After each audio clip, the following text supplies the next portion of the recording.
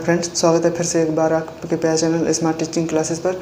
आज हम लोग दर्पण से संबंधित परिभाषाओं के बारे में बात करने जा रहे हैं, जैसे ध्रुव क्या होता है और फोकस दूरी क्या होती है, मुख्य अक्ष क्या होता है। तो आइए इसके बारे में डिटेल से बात करते हैं। यदि आपने अभी तक हमारे पिछले 2 वीडियो जो फिजिक्स के हैं क्लास 10th के, वो नहीं देखें तो जल्द से जल्द उन्हें देखें, क्योंकि उसमें बहुत महत्वपूर्ण और अच्छे से समझाया गया है। जैसे प्रकाश की परिभाषा, प्रकाश का परावर्तन, दर्पण कितने प्रकार के होते हैं और उन्हें डिटेल से समझाया गया है। अभी तक आपने अगर वो वीडियो नहीं देखें तो डिस्क्रिप्शन में दिए गए लिंक से आप लोग वो वीडियो पिछले देख सकते हैं। ओके, तो आइए इस वीडियो को करते हैं शुरुआत।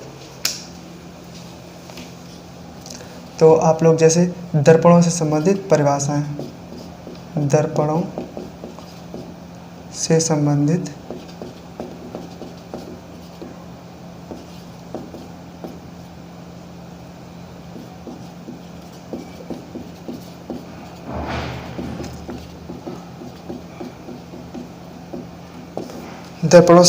परिभाषाएं, जैसे ध्रुव।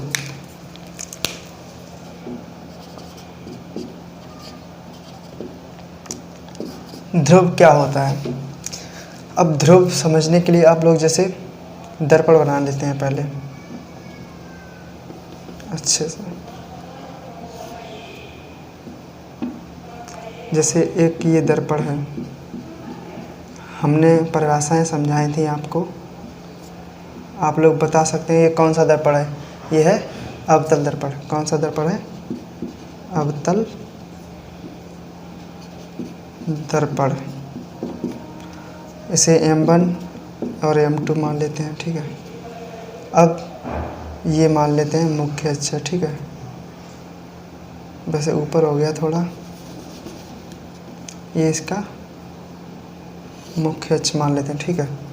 इसे P से, और इस पर मुख्य अक्ष के समांतर आपतित प्रकाश किरणें जब आती हैं तो वो इस प्रकार परावर्तित हो जाती हैं।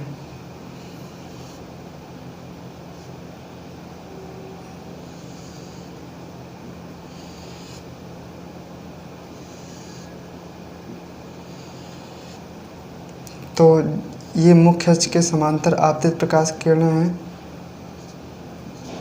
और ये परावर्तित होकर जो किरणें वापस आती हैं वो हैं। ओके, और ये होता है। अब इसके बाद एक होता है अवतल दर्पण।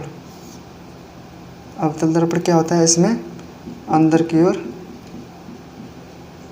कलई होती है, आप लोग जानते होंगे क्या है। ये कलई किया हुआ तल है और ये इधर भी कलई किया, और इधर ये परावर्तक तल है और ये भी परावर्तक तल है, ठीक है। इस पर जब जैसे समझ लो इसका ये इसकी मुख्य अक्ष हो गया, इसका ये P हो गया, इसका ध्रुव जो ये है, और इस पर मुख्य अक्ष के समांतर आपतित प्रकाश किरणें ये हो गई, समझ लो। और ये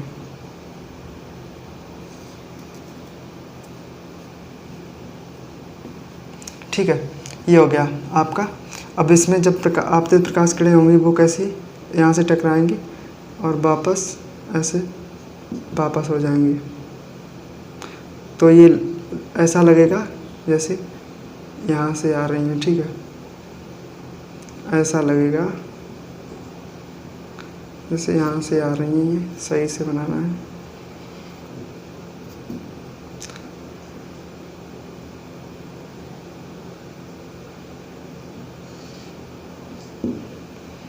और ये भी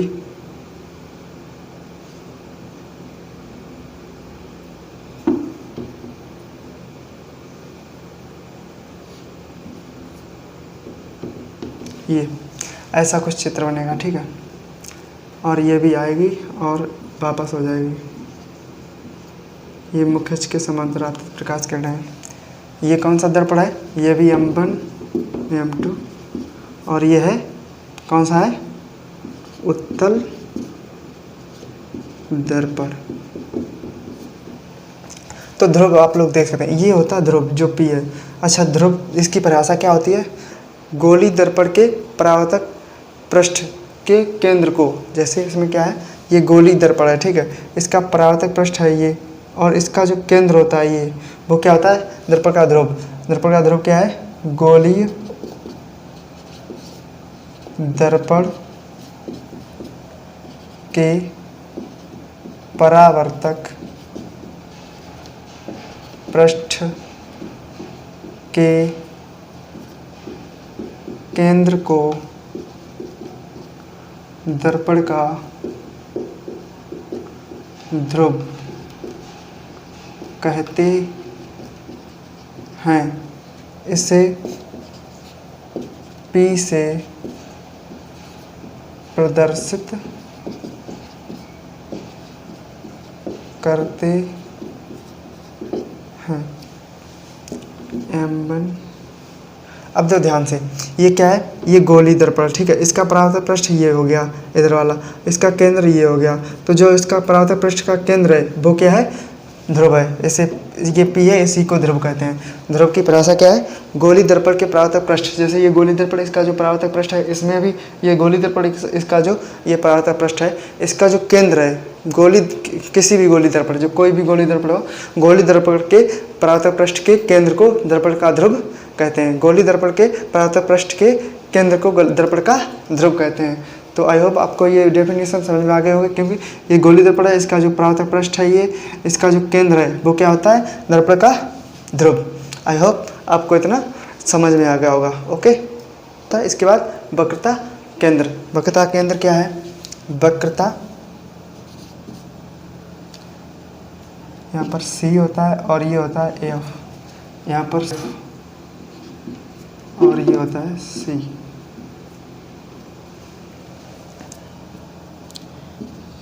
वक्रता केंद्र,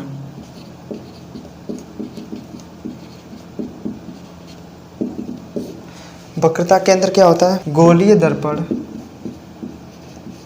गोलीय दर्पण का परावर्तक पृष्ठ जिस गोले का भाग होता है उस गोले के केंद्र को वक्रता केंद्र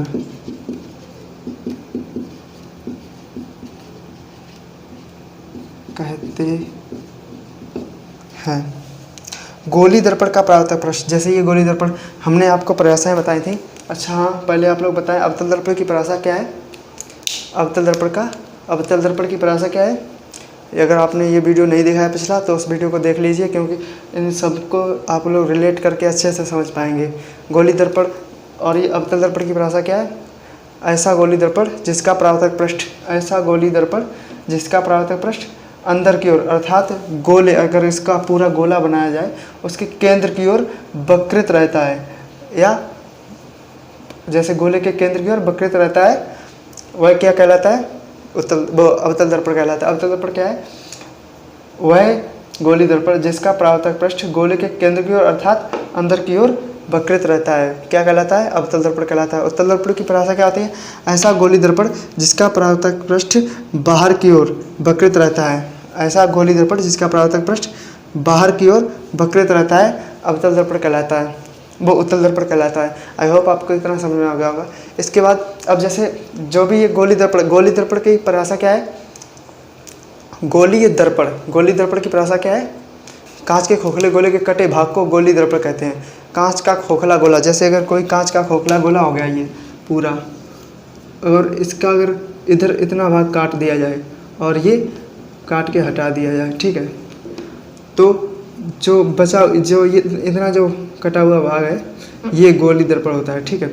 और ये किसी ना किसी गोले का भाग होता है, ठीक है। जैसे अभी हमने बनाया था, वो समझ लो पूरा गोला है, ठीक है। तो अब ये गोला ये इतना गोली दर्पण किसी न किसी, जैसे अगर इसमें ऐसा ये वाला या फिर जैसा भी चाहें आप लोग दर्पण बना सकते हैं। तो एक साइड इसमें कलई कर दो तो आपका ये एक गोली दर्पण बन जाएगा। तो वैसे ही वक्रता केंद्र की परिभाषा क्या है?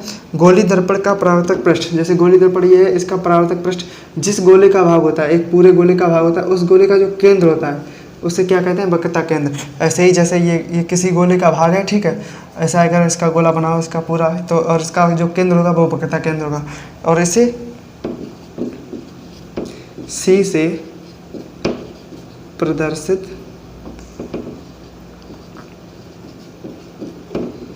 करते हैं। आई होप का आपको इतना समझ में आ गया। और जैसे इस गोले को पूरा करें तो इसका जो केंद्र होगा वो वक्रता केंद्र कहलाएगा, ठीक है। इसके बाद आता है वक्रता त्रिज्या। वक्रता त्रिज्या इसकी बिल्कुल सेम परिभाषा है, गोली दर्पण का परावर्तक पृष्ठ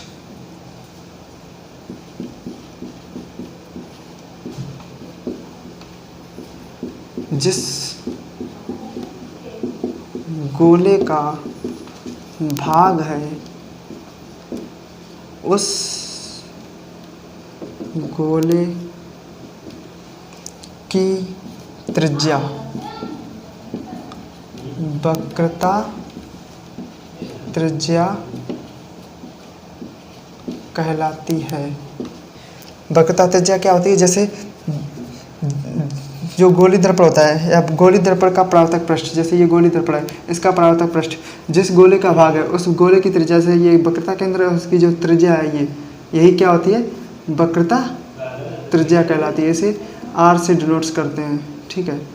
तो हाँ, इसे आर से प्रदर्शित करते हैं। गोली दर्पण का परावर्तक पृष्ठ जिस गोले का भाग है उस गोले की त्रिज्या वक्रता की त्रिज्या कहलाती है। ध्रुव क्या होता है, गोली दर्पण का परावर्तक पृष्ठ जिस गोले का भाग है वो गोली दर्पण का परावर्तक पृष्ठ का केंद्र क्या कहलाता है, ध्रुव कहलाता है। गोली दर्पण के परावर्तक पृष्ठ के केंद्र को क्या कहते हैं, दर्पण का ध्रुव कहते हैं। और वक्रता केंद्र क्या होता है, गोली दर्पण का परावर्तक पृष्ठ जिस गोले का भाग होता है उस गोले का केंद्र दर्पण का वक्रता केंद्र कहलाता है। और गोली वक्रता त्रिज्या क्या है, वक्रता त्रिज्या क्या होती है, गोली दर्पण का परावर्तक पृष्ठ जिस गोले का भाग है उस गोले की त्रिज्या दर्पण की वक्रता त्रिज्या कहलाती है। इसके बाद मुख्य अक्ष।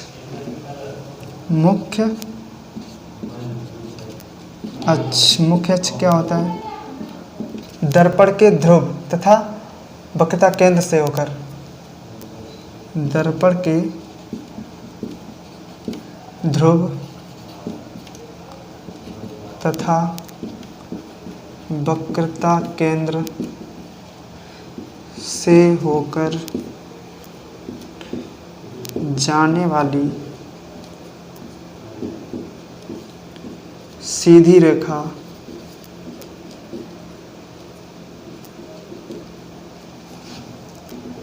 दर्पण का मुख्य अक्ष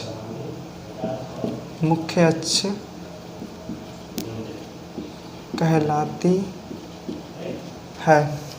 दर्पण के ध्रुव तथा वक्रता केंद्र से होकर जाने वाली सीधी रेखा, जैसे दर्पण का ध्रुव ये हो गया और वक्रता केंद्र ये हो गया, इससे जाने वाली जो सीधी रेखा है ये क्या है, यही मुख्य अक्ष है। मुख्य अक्ष आप लोग ध्यान रखें, जो ये सीधी रेखा है ये क्या है, मुख्य अक्ष। तो दर्पण के ध्रुव तथा वक्रता केंद्र से होकर जाने वाली सीधी रेखा मुख्य अक्ष कहलाती है। इसके बाद आता है मुख्य फोकस। मुख्य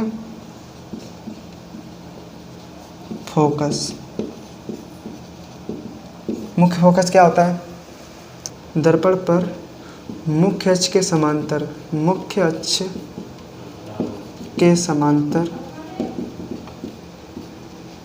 आपतित प्रकाश किरणें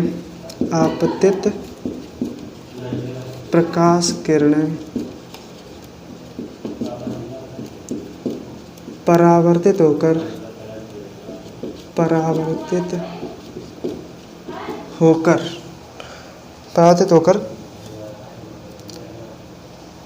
तो क्या है, दर्पण के मुख्य अक्ष के समांतर, दर्पण पर, जैसे ये दर्पण है, मुख्य अक्ष के समांतर ये वाली आपतित प्रकाश किरणें परावर्तित होकर जिस बिंदु से होकर जाती हैं, परावर्तित होकर जिस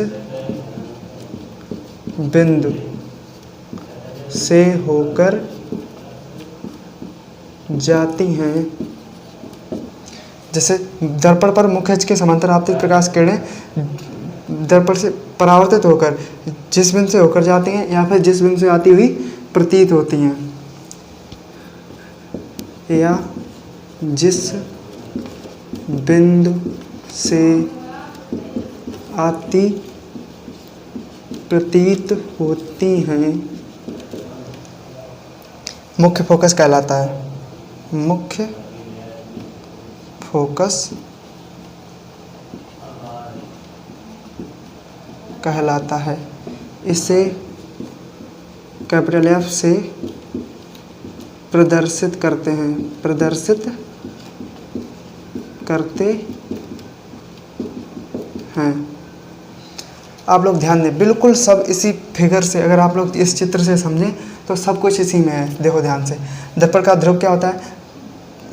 गोली दर्पण के परावर्तक पृष्ठ के केंद्र को दर्पण का ध्रुव कहते हैं। इसके बाद क्या है परिभाषा? वक्रता केंद्र। वक्रता केंद्र क्या होता है? जैसे ये वक्रता केंद्र क्या है? गोली दर्पण का परावर्तक पृष्ठ जिस गोले का भाग होता है उस गोले का केंद्र दर्पण का वक्रता केंद्र कहलाता है। उसके बाद वक्रता त्रिज्या। वक्रता त्रिज्या क्या है? गोली दर्पण का परावर्तक पृष्ठ जिस गोले का भाग होता है उस गोले की त्रिज्या दर्पण की वक्रता त्रिज्या कहलाती है। और इसके बाद मुख्य अक्ष। मुख्य अक्ष क्या होता है?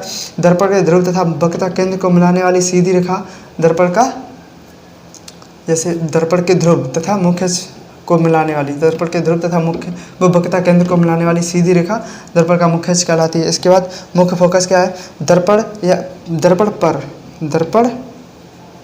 पर मुख्य अक्ष के समांतर आपतित प्रकाश किरणें, जो दर्पण है ये, इस पर मुख्य अक्ष के समांतर ये वाला है, इसके समांतर आपतित प्रकाश किरणें परावर्तित होकर, वो आपतित प्रकाश किरणें इस पर जब टकराती हैं तो परावर्तित होकर जिस बिंदु से होकर जाती हैं, जैसे परावर्तित होकर इस बिंदु से जाती हैं, इसमें परावर्तित होकर इस बिंदु से आती हुई प्रतीत होती हैं, तो वही लिखा है। तो दर्पण पर मुख्य अक्ष के समांतर आपतित प्रकाश किरणें परावर्तित होकर जिस बिंदु से होकर जाती हैं या जिस बिंदु से आती हुई प्रतीत होती हैं, इस बिंदु से होकर जाती हैं और इस बिंदु से आती हुई प्रतीत होती हैं।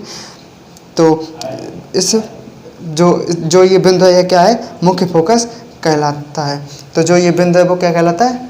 मुख्य फोकस कहलाता है। ऐसे एफ से प्रदर्शित करते हैं। तो आई होप आपको इतना समझ में आ गया होगा। और इसके बाद आती है हेडिंग फोकस दूरी। फोकस दूरी। फोकस दूरी क्या होती है? फोकस दूरी ये होती है यहाँ से लेकर यहाँ तक। तो दर्पण के ध्रुव, दर्पण के ध्रुव से मुख्य फोकस तक की दूरी, मुख्य फोकस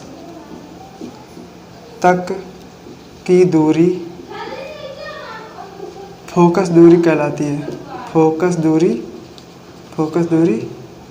कहलाती है। फोकस दूरी कहलाती है। इसे स्मॉल एफ से प्रदर्शित करते हैं, प्रदर्शित करते हैं। आप लोग ध्यान रखें, जो दर्पण के ध्रुव से मुख्य फोकस तक की जो दूरी है वो क्या होती है? फोकस दूरी कहलाती है। और इसे स्मॉल एफ से प्रदर्शित करते हैं। वक्रता त्रिज्या तथा मुख्य फोकस दूरी में संबंध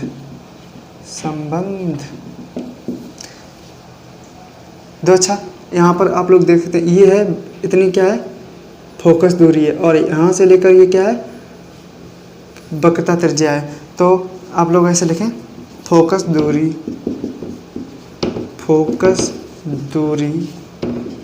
वक्रता त्रिज्या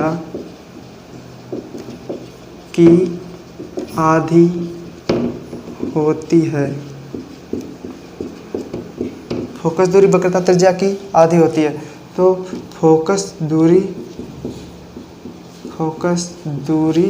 बराबर वक्रता त्रिज्या अपॉन 2, या फोकस दूरी को कैपिटल एफ से प्रदर्शित किया जाता है और वक्रता त्रिज्या को किससे? Capital R.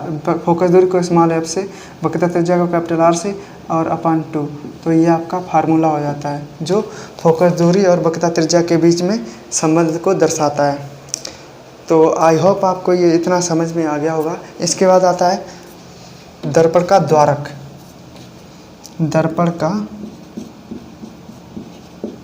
द्वारक। गोली दर्पण के परावर्तक तल के व्यास को, जो ये गोली दर्पण है इसका जो परावर्तक तल है इसका जो व्यास होता है वो क्या होता है, दर्पण का द्वारक कहलाता है। गोली दर्पण के परावर्तक तल के व्यास को दर्पण का द्वारक कहते हैं। तो गोली दर्पण के परावर्तक तल, जो गोली दर्पण का ये परावर्तक तल है इसका जो व्यास होता है ये वाला, जैसे इसका अगर व्यास देखें तो ये क्या है, दर्पण का द्वारक कहलाता है। आई होप आपको ये सब कुछ समझ में आया होगा, नहीं आया फिर एक बार फिर से रिवीजन करते हैं। तो सबसे पहले हमने ध्रुव की बात की थी, आप लोग इस फिगर से समझ सकते हैं क्या है फिगर। इसमें ध्रुव, सबसे पहले ध्रुव क्या है, गोली दर्पण के परावर्तक पृष्ठ के केंद्र को क्या कहते हैं, जो गोली दर्पण है इसका परावर्तक पृष्ठ है ये परावर्तक तल, इसके जो केंद्र को क्या कहते हैं, दर्पण का ध्रुव कहते हैं। इसके बाद क्या था, इसके बाद वक्रता केंद्र, तो गोली दर्पण का परावर्तक पृष्ठ जिस गोले का भाग होता है उस गोले का केंद्र दर्पण का वक्रता केंद्र कहलाता है। इसके बाद वक्रता त्रिज्या, तो गोली दर्पण का परावर्तक पृष्ठ जिस गोले का भाग होता है उस गोले की त्रिज्या दर्पण की वक्रता त्रिज्या कहलाती है। इसके बाद मुख्य अक्ष क्या होता है, दर्पण के ध्रुव से दर्पण के ध्रुव तथा मुख्य तथा वक्रता केंद्र को मिलाने वाली सीधी रेखा दर्पण का मुख्य अक्ष कहलाती है। इसके बाद मुख्य फोकस क्या था, क्या था, दर्पण पर मुख्य अक्ष के समांतर आपतित प्रकाश किरणें परावर्तित होकर जिस बिंदु से होकर जाती हैं या फिर जिस बिंदु से आती हुई प्रतीत होती हैं दर्पण का मुख्य फोकस कहलाता है। यानी जो ये बिंदु है ये क्या कहलाता है, दर्पण का मुख्य फोकस कहलाता है। इसके बाद फोकस दूरी क्या होती है, दर्पण के ध्रुव तथा मुख्य फोकस के बीच की दूरी क्या कहलाती है, फोकस दूरी कहलाती है। इसे स्मॉल एफ से प्रदर्शित किया जाता है, इसे स्मॉल एफ से प्रदर्शित करते हैं। इसके बाद वक्रता त्रिज्या तथा फोकस दूरी में संबंध क्या होता है, फोकस दूरी वक्रता त्रिज्या की आधी होती है, फोकस दूरी बराबर वक्रता त्रिज्या अपॉन 2। जैसे आप लोग देख सकते हैं ये है इतनी फोकस दूरी, ये यहाँ से इतनी क्या है, यह है फोकस दूरी यहाँ से। अब वक्रता त्रिज्या क्या, यहाँ से लेकर या ऊपर आप लोग बना सकते हैं, ये सी से यहाँ पर पी तक, तो ये है इसकी क्या है, वक्रता त्रिज्या। तो आप लोग देख फोकस दूरी वक्रता त्रिज्या की आधी होती है। ये आप लोग फार्मूला याद रखें, F=R/2।